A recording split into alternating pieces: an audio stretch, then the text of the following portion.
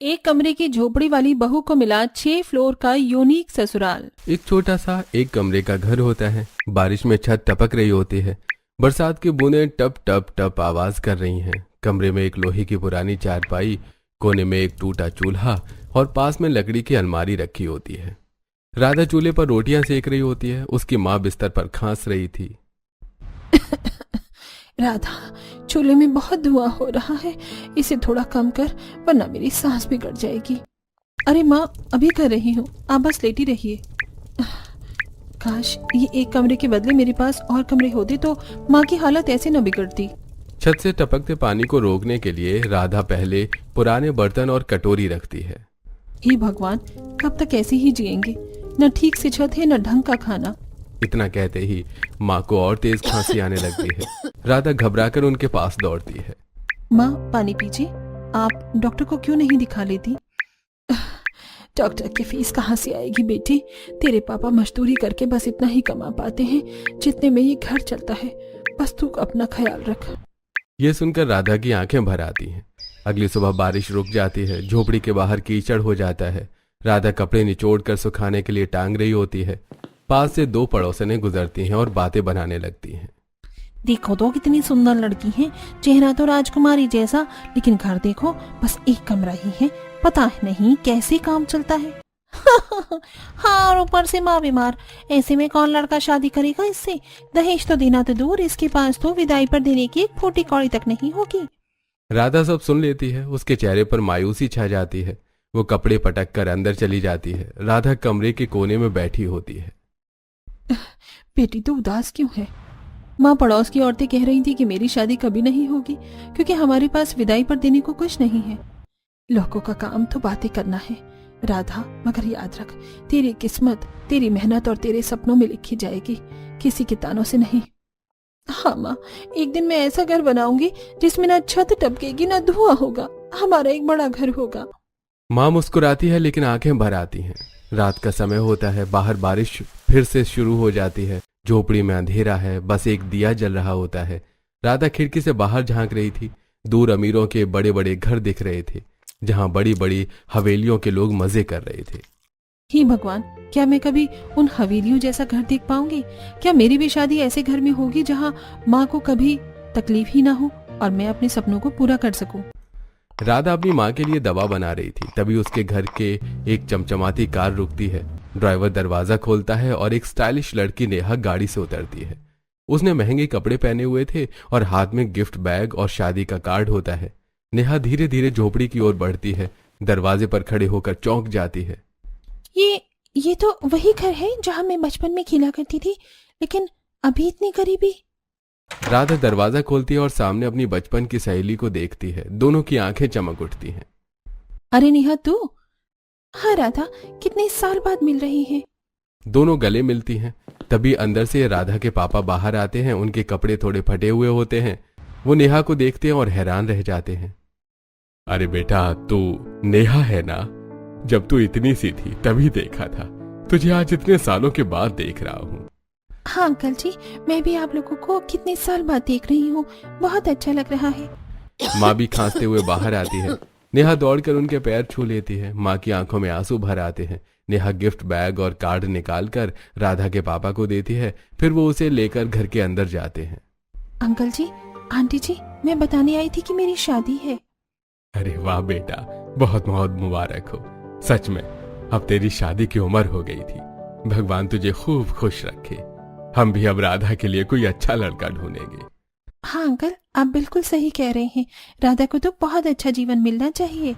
नेहा को अपनी दोस्त राधा की हालत देखकर बहुत बुरा लग रहा था, लेकिन वो उससे कुछ नहीं कहती है और सब देखती रहती है।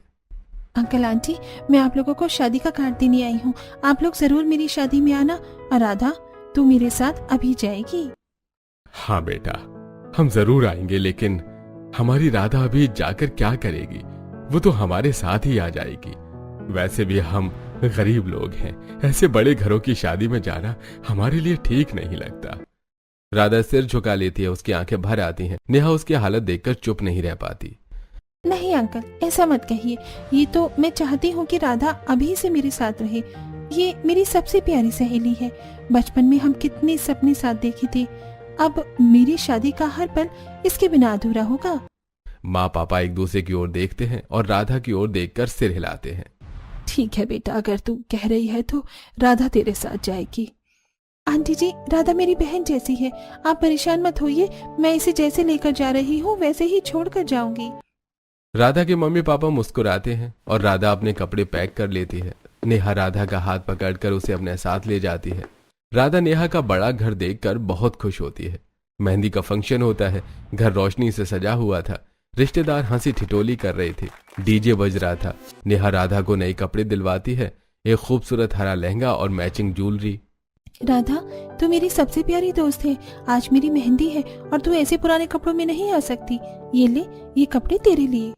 अरे नेहा, इतना महंगा मैं कैसे ले सकती हूँ? चुप, दोस्ती में हिसाब नहीं होता।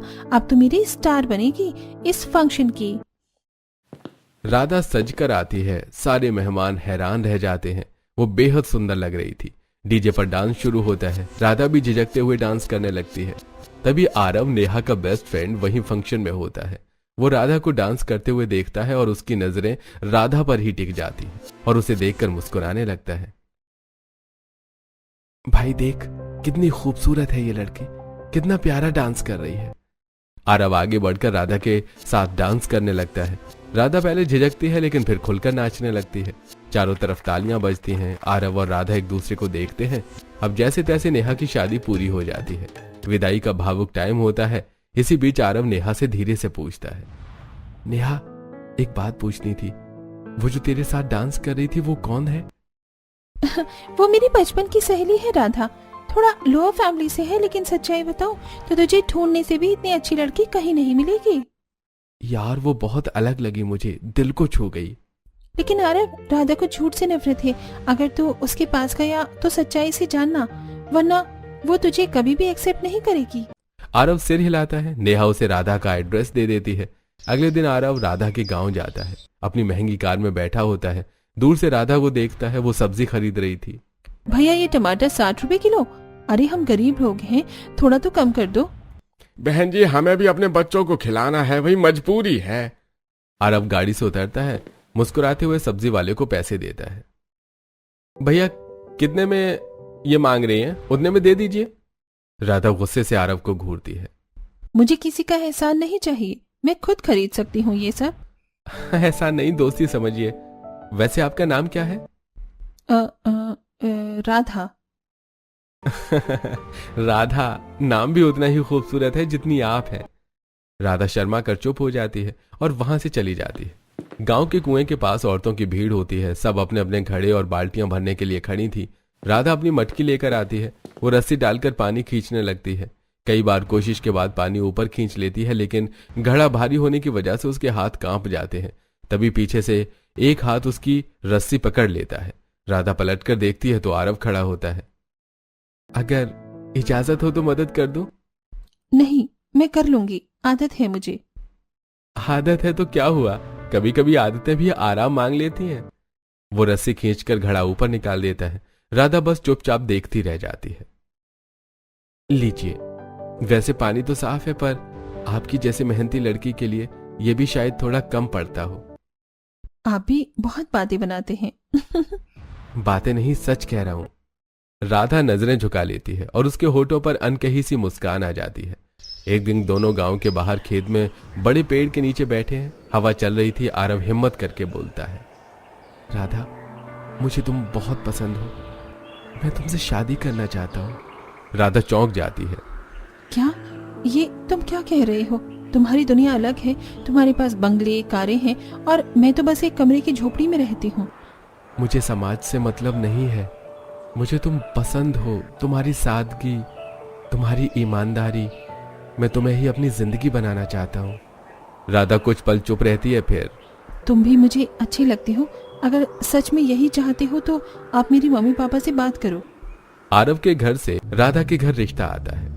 गरीब माँ पापा खुशी से फूले नहीं समाते और रिश्ता पक्का कर देते हैं। कुछ दिनों बाद आरव और राधा की शादी बड़ी धूमधाम से होती है। विदाई का समय आता है और गांव वाले हैरान रह जाते हैं। अरे वाह, ये वही राधा है ना जो एक कमरे की झोपड़ी में रहती थी? और ये देखो तो कैसी किस्मत पलटी है इसकी, इतनी गरीब लड़की और अब इतने बड़े घर की बहू बन गई। किस्मत हो तो ऐसी, देखो एक कमरे से सीधा महल में जा रही है। राधा रोते हुए अपने माँ बाप के गले लगती है और फिर आरव के साथ गाड़ी में बैठ जाती है। बारात के बाद राधा पहली बार आरव के घर जाती है। सामने एक बड़ा सा महल जैसा घर होता है और आस पड़ोस में भी वो काफी नामी लोग थे। दरवाजे पर रंगोली बनी हुई होती है। सब राधा के स्वागत में खड़े होते हैं। बेटा, अब हमारी बहू गृह प्रवेश करेगी, भगवान करे ये घर तेरे आने से और सुखी हो। राधा चुपचाप थाली में पांव रखती है और घर में प्रवेश करती है। उसके चेहरे पर हल्की मुस्कान और आंखों में चमक होती है। उसने आज तक एक कमरे से बड़ा घर नहीं देखा था।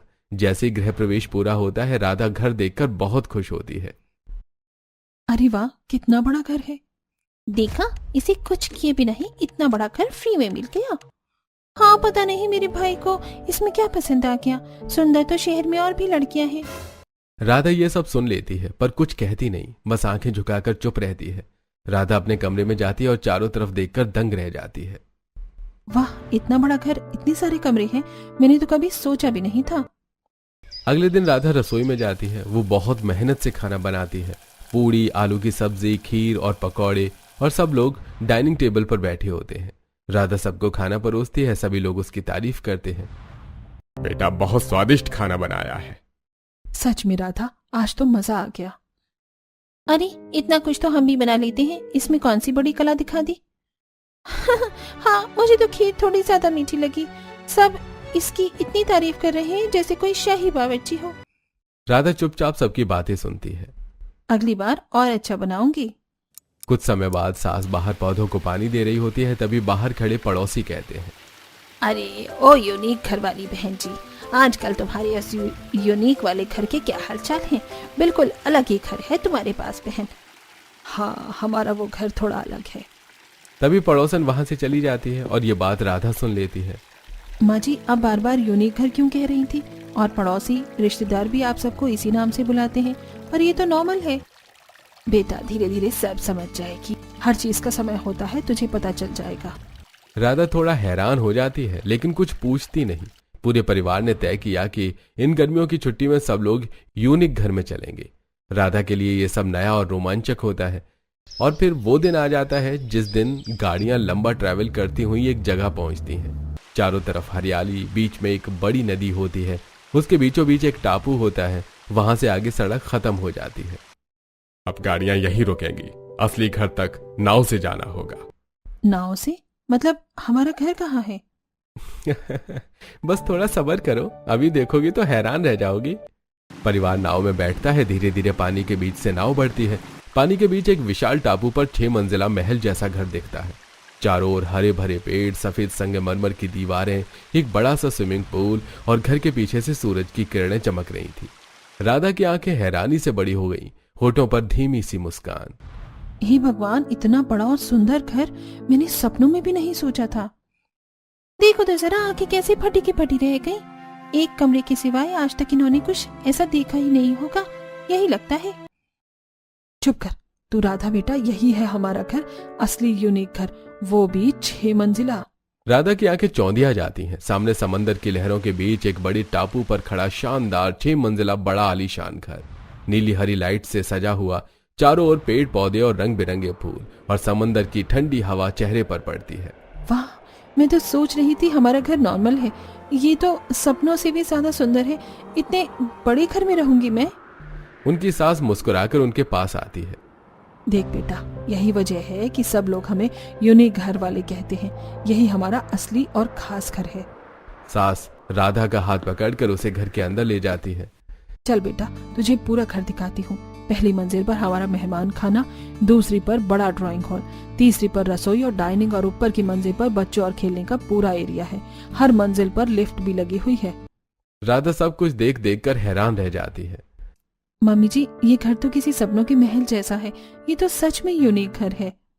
तभी छोटा देवर हंसते हुए आ जाता है। भाभी, हाउ मैं आपको यहाँ की मॉडर्न टेक्नोलॉजी दिखाता हूँ।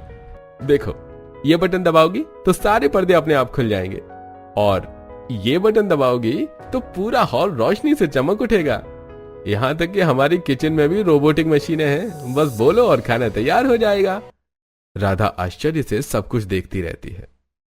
अरे वाह, मैं तो सोचती थी गैस चूल्हा ही सबसे बड़ी सुविधा है। यहाँ तो पूरा यूनिक सा घर है। दूसरी तरफ गैलरी में खड़ी जेठानी और नंद ये सब देख रही होती है। देखो कैसे आंखें फाड़ फाड़ कर सब देख रही है, गवार कहीं की। दीदी आप इससे अच्छा ज्यादा बात मत किया करो, वरना ये हमें भी अपनी तरह ही बना देगी। हाँ भाभी आप सही कह रही हो, हम लोग जितनी मुश्किल से क्लास मेंटेन करते हैं ये आकर सब बिगाड़ देगी। अच्छा होगा इससे दूर ही रही। दोनों हंसकर राधा की तरफ घूरती हैं, जबकि राधा मासूमियत से घर की हर तरफ हर चीज देखकर खुश हो रही होती है और उनकी बातें सुनकर भी चुपचाप रहती है। वो एंट्री करती है, तभी जेठानी हल्की हंसी उड़ाते हुए कहती है, वाह देखो जरा, इसे तो फटी झोपड़ी से उठाकर सीधी 6 मंजिला महल में मिल गया। किस्मत देखो इसकी। हाँ, कुछ लोगों को मेहनत करनी ही नहीं पड़ती, सब कुछ तैयार मिलता है। राधा बस मुस्कुरा देती है और चुपचाप सास ससुर के साथ घर के अंदर जाती है। एक दिन प्रिया अपनी बड़ी भाभी के कमरे में जाती है। भाभी आपने कहा था ना कि मेरा प्रोजेक्ट बनवाओगी, तो अब शुरू कर दो, अगले हफ्ते सबमिट करना है। अभी टाइम नहीं है, देख नहीं रही कि मैं कितनी बिजी हूँ। जाओ यहाँ से, बाद में करवा दूंगी। भाभी आपने वादा किया था, समझ नहीं आता तुम्हें? बोल दिया ना, अभी टाइम नहीं है, निकलो यहाँ से। प्रिया गुस्से से पैर पटकती है और मुंह बनाकर बाहर निकल जाती है। राधा दरवाजे पर यह सब सुन लेती है। वो धीरे से प्रिया के पास जाती है। दीदी अगर चाहो तो मैं आपकी मदद कर सकती हूँ। तुम्हें क्या आता है, तुम तो झोपड़ी में पली हो, ये कॉलेज का प्रोजेक्ट है, तुम्हारे बस का नहीं। दीदी थोड़ी बहुत पढ़ाई मैंने भी की है, आप दिखाओ तो सही, शायद मैं कुछ काम आ जाऊं। प्रिया हिचकिचाते हुए प्रोजेक्ट दिखाती है। राधा बैठकर ध्यान से काम करने लगती है। चार्ट, मॉडल, डेटा सब पर मेहनत करती है। धीरे धीरे प्रोजेक्ट तैयार हो जाता है। प्रिया को यकीन ही नहीं होता, कॉलेज में जब उसका प्रोजेक्ट सबसे बेस्ट घोषित होता है सब तालियां बजाते हैं, टीचर्स भी उसकी तारीफ करते हैं। प्रिया की आंखें भर आती हैं। घर लौटते ही वो सीधे राधा के पास जाती है। भाभी मुझे माफ कर दो, मैंने आपके साथ बहुत बुरा बर्ताव किया, लेकिन आपने फिर भी मेरी मदद की। कोई बात नहीं दीदी, परिवार तो वही होता है जो एक दूसरे का साथ दे। प्रिया झुककर राधा के गले लग जाती है। घर वाले दूर से ये सब देखकर मुस्कुराते हैं। दोपहर का समय होता है। सास बाहर जाने की तैयारी कर रही होती है। बहू आज मैं बाहर जा रही हूँ, दोपहर का खाना तुम बना लेना, सबको समय पर खाना मिलना चाहिए। जी मम्मी जी, आप बेफिक्र हो जाइए। सास चली जाती है, मगर जैसे ही वो निकलती है जेठानी अपना कैमरा ऑन करती है और रील बनाने में लग जाती है। मेकअप, डांस, पोज सब शुरू हो जाता है। समय बीतता है, रसोई खाली रहती है। शाम के करीब सास घर लौट आती है। बहू खाना तैयार हो गया क्या?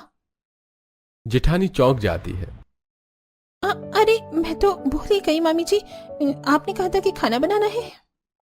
वो घबराहट में भागकर रसोई में जाती है। जैसे ही जेठानी रसोई में पहुंचती है उसकी आंखें खुली की खुली रह जाती हैं।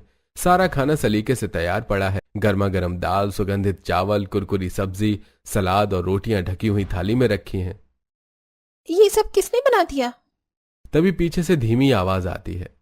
दीदी मैंने बना दिया, देखा कि आप रील बनाने में व्यस्त थी तो सोचा मैं आपकी मदद कर दूं। आखिर परिवार है, सबको समय पर खाना मिलना चाहिए। जेठानी की आंखों में शर्म आ जाती है। राधा मैंने तुम्हारे साथ कितना बुरा बर्ताव किया, हमेशा ताने मारे, तुम्हें नीचे दिखाया और आज तुमने मेरी इज्जत बचा ली। राधा मुस्कुराकर जवाब देती है।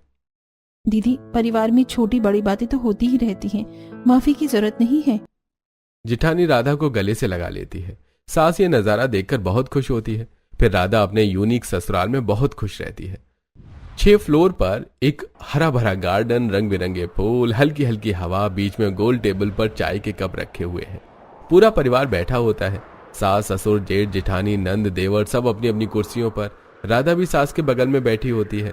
राधा चारों तरफ देखती है। फूलों की खुशबू, हवाओं का झोंका और नीले पानी से घिरा पूरा टापू उसके चेहरे पर गहरी मुस्कान देता है।